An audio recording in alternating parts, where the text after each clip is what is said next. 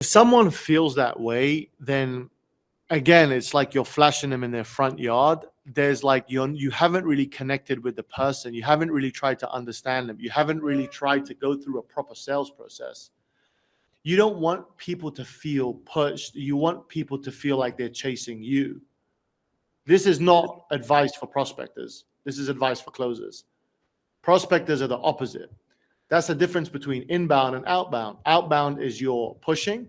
Inbound is your pulling. Literally, it's in the word, pull and push. So if somebody feels that way, then you've really done a bad job.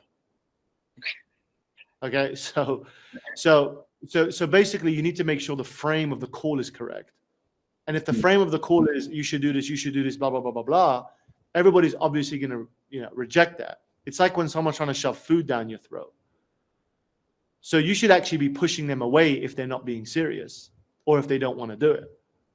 Because you should hold the attitude that you only want to work with people that are serious. You only want to work with people that do want to do this and do want to blah, blah, blah.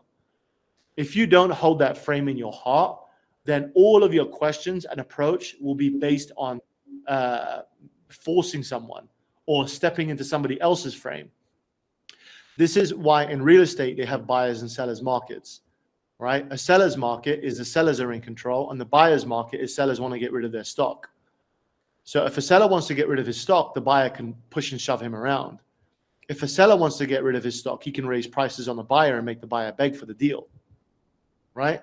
Some buyers just opt out and don't even enter that market. So you want to hold the same frame. Am I in a buyer situation or in a seller situation? For your particular issue, if somebody had that, then obviously you were in a buyer situation.